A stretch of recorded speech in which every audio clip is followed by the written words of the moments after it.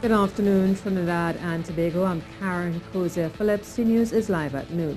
Topping the news at this time, former Attorney General Anand Ramlogan has been arrested and is being questioned by police.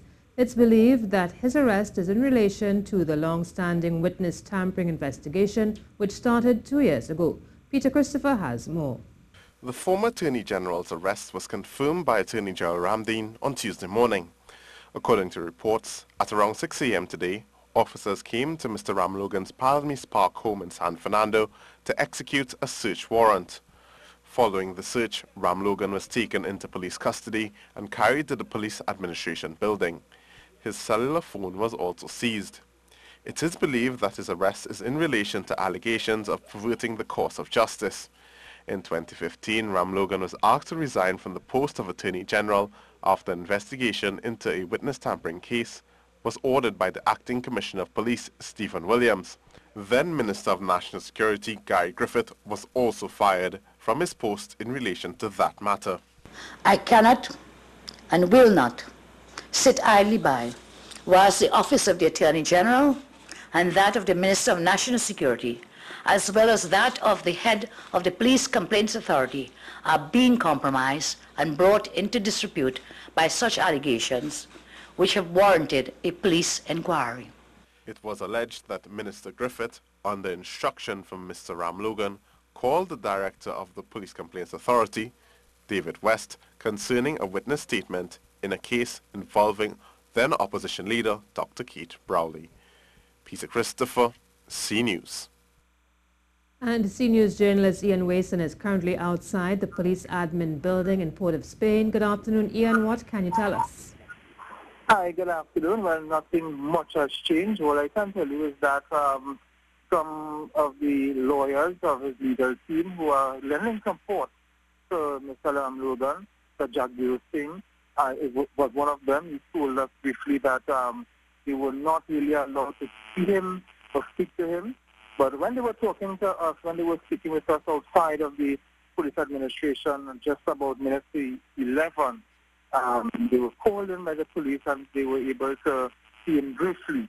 But they had already left since. But Mr. Ramlogan is still inside of the police administration building.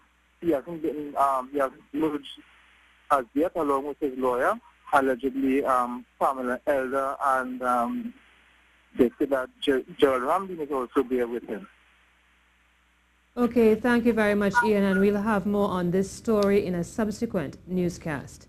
Attorney Keith Scotland says the interpretation summons to be filed by the Attorney General today is not an indictment of the judiciary. The AG is expected to file the legal action today as a means to finding a way forward for 53 cases which were left behind when Marcia Ayres Caesar vacated her position as Chief Magistrate to become a High Court judge. One thing that it says that the judiciary is not handling what it's supposed to do. I saying this, it is really one of bulwark of our democracy and an efficient judiciary. To some crime news now, the murder toll continued to rise on Monday night as a man was gunned down in St. Joseph. Details are still coming in, but CNews understands at around 9:45 p.m., gunshots were heard along Wellington Street, St. Joseph. When residents checked, they found the body of a man. CNews is still to obtain the identity of the deceased, apart from the name David, and we will update this story as more information comes to hand. This is a CNews Live report at noon. Remember, you can keep up to date with all the latest news on our website at ctvtt.com. And you can check out our Facebook and Twitter pages at CNews Live.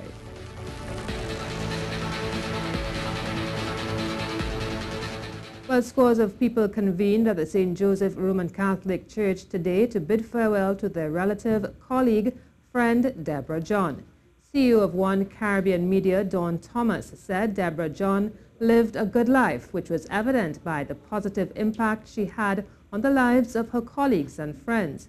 She shared testimonials from persons who worked with Miss John over the years. Deborah was not one to speak ill of people. A gossiper, she was not. She was all about finding the good in people. Satish Maharaj, She has enlisted us and offered safe advice whenever she could. She would follow up on your plight with sincerest sympathy and concern. Verdad Bishop, I am pleased to have known Deborah. She was my editor, but she was also a mother figure to me. Deborah was employed as publications and features editor of the Trinidad Express newspapers. She died after a battle with cancer. Minister of Communication Maxie Cuffey and veteran broadcaster Ken Gordon were among those present at her funeral today. The appointment of Robert Hunte as Public Utilities Minister has been put on hold. This after it has come to the attention of Prime Minister Dr. Keith Rowley that Mr. Hunte is a citizen of Ghana. This means that under the Constitution of Trinidad and Tobago, Mr. Hunte does not qualify to be appointed as a senator. A release from the office of the Prime Minister says Mr. Hunte will be rectifying his position, and once this is done, the Prime Minister will appoint him as a senator and as Minister of Public Utilities. In the meantime, Prime Minister Rowley will again assume the portfolio of Minister of Public Utilities. It's expected this situation will be rectified by Friday, 1st September 2017. While the opposition United National Congress has weighed in on the latest development concerning Mr. Robert Hunte. In a release yesterday on their website, they said the inability of the Prime Minister to fill a cabinet vacancy without incident is a failure of leadership in the highest order. The opposition party then said reappointment of Mr. Hunte is not an option, and the opposition will not accept this matter as a mere faux pas. Any attempts by the PNM to paint this gross violation of our Constitution as a mistake will not be accepted. They said they would oppose any such decision to reappoint Hunte after his Ghana citizenship is revoked. The security guard who's alleged to have aided 3 men to enter the premises of Western Union to rob them of $500,000 appeared in court on Monday and is now on $350,000 bail. His attorney at law, however, says the charges are questionable. The police, in looking at the video evidence, were unable to even identify anyone, nor were they be able to make any positive identification of the persons that they witnessed on camera doing the act. So the only other resort that they could have relied on is what the security guard would have provided, which is that he was kidnapped and taken hostage by men and released in the central area. This is an act of desperation that they would charge this young man. And for them to act on purely circumstantial evidence to lay a charge at him is abominable. Mr. Ali is convinced that his client is being set up to satisfy the public's desire to see justice done. These charges, I can say based on the information I have, because he gave no confessionary statement. There is no circumstantial evidence that has been made available to the defense that links him to any theft in this regard that could implicate him. I think this is a very winnable case, and the police merely charge someone to satisfy the public that they're working. Along with bail, the defendant was also reported to the Cunupia police station twice per week. Well, the Port Authority of Trinidad and Tobago is today thanking the traveling public for their patience and understanding during the recent difficulties experienced on the sea bridge. In a release today, the authority reiterated the TNT Express will go into dry dock when the TNT Spirit returns. The water taxi will continue to assist on the sea bridge to bring relief to the traveling public. Now, according to the release, during the period June 1st to August 27th, the TNT Express, with a capacity of 840, carried an average of 614 passengers, and the water taxi, with a capacity of 305, carried an average of 122 passengers. The Port Authority will issue an invitation for proposals to tender for the provision of a suitable passenger and vehicle fast ferry today, August 29th. Now let's take a look at the weather for the period this afternoon and tonight. Trinidad, Tobago and the Windward Islands will see cloudy periods with light to moderate showers in varying localities, which will be interrupted by sunny intervals. There is the chance of 1 or 2 showers becoming heavy and thundery in a few confined areas. Tonight would be mostly settled despite a few overnight showers. Seas are expected to be slight. Waves are expected to be up to 1.4 meters in open waters and near calm in sheltered areas. While yesterday was the day of the great swim of Tobago minority leader Watson Duke, Patricia Nicholson was at the Scarborough Jetty where hundreds of Tobagonians gathered to witness the Duke and his team make their swim from Tobago to Trinidad. Mr. Duke had embarked on the swim in an attempt to highlight the long-standing seabridge issues that have gravely affected Tobagonians. Also embarking on the swim with Mr. Duke was Minority Member Farley Augustine, with Minority Councillor Dr. Faith B. Israel offering support from a pirogue. Before getting into the water, Mr. Duke mounted the back of a van with a blowhorn in hand, explaining to those gathered why he chose this means to bring attention to the seabridge matter that has been plaguing Tobagonians for many months. The idea is that that puts us in a position where swimming may be the only option, because swimming is the only thing we have control over. That's the only thing we have control over. We do not have control over the boat. When the boat is ready, the boat is shut down. When they're ready, the boat has to come, folks. Swimming is the only thing we have control over. He said Tobagonians have been suffering for far too long and the time had come for its deliverance. Minority Member Farley Augustine admitted that by no means were they great swimmers, but he said the message had to be sent that Tobagonians were suffering and that something had to be done about it. He said what made things even worse was that Chief Secretary Kelvin Charles remained silent on the matter. This morning we begin a Herculean task. One, to send a strong signal to the central government that Tobago means business.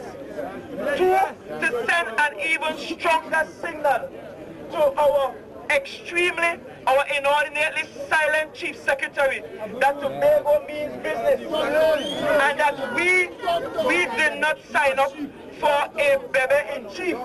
We signed up for a Chief Secretary who will speak on our behalf and stand up in our defense. Mr. Augustine said the days of party politics had long gone and that the time had come for Tobagonians to unite for a greater cause. The market vendors are suffering. People can't go to Trinidad to get basic school books and supplies. Legal documents can't be filed. People have interviews in Trinidad and can't get a flight. People from all sides of the political divide expressed disappointment at the way in which the seabridge situation was being handled and took the decision to stand in support of Mr. Duke's action. The team eventually jumped into the waters and began their journey to Trinidad with jet skis and pirogues alongside them. They arrived in Toco around 2 p.m. I'm Patricia Nicholson for C News. And senior journalist Ian Wason and cameraman Nigel Alexander were there to welcome Mr. Duke as he swam to shore at the Toco fishing depot almost 6 hours later. So about 4 hours and 15 minutes ago, Watson Duke and his entourage left Scarborough. Mr. Duke reached the shore just after 2 p.m. to a band of supporters, including the first and second vice president of the PSA. He then explained why the swim and the sail demonstrated the problems Tobagonians have with the inter-island service. The swim was to protest more than just the ferry fiasco. Tobago operates as a state within a state. That's why there's a Tobago House of Assembly. That's why the Tobago House of Assembly takes such precedence and prominence above local government. Right? Yeah. The Chief Secretary is likened unto a Prime Minister or Premier in a small country. Yes. And there are certain functions that the Chief Secretary is allowed to rule on and make policy on. 33 of them. The air and the sea bridge happens to be one. Mr. Duke told the media he brought along a letter to be delivered to President Carmona, asking for a meeting to discuss the air and sea bridge. One to Caribbean Airlines, asking for a meeting on the air bridge, and also the Port Authority of Trinidad and Tobago, asking for a meeting on the sea bridge. Before returning to Tobago, he performed a ceremonial planting of a banana plant on the compound of the Toco fishing depot. Ian Wason, C News. Well, former minority leader of the Tobago House of Assembly, Ashworth Jack, believes that no real solutions are being offered for the sea bridge to Tobago. He says that the country can look to the TNT spirit to provide a reasonable solution to the challenges we face. We have the TNT spirit. that is done at carried up. And the misconception is that it is on dry dock. It is not. It is done at carried up, but it's not on dry dock. And so every day it stays there. The country pays to have it there. Mr. Jack believes that if that boat is repaired, then the country would have a very viable solution to its woes and one that is less expensive. To buy the 2 new engines, even without the insurance, it will be about 3 months rent. How can we find money to rent for a year with an option to renew for 3? And we can't find money to replace the engines. And if we replace the engine, this is a much better vessel than the one that we bring in. Mr. Jack says that the tourism sector has been negatively affected by the situation, and he continues to wonder why better solutions have not been put in place.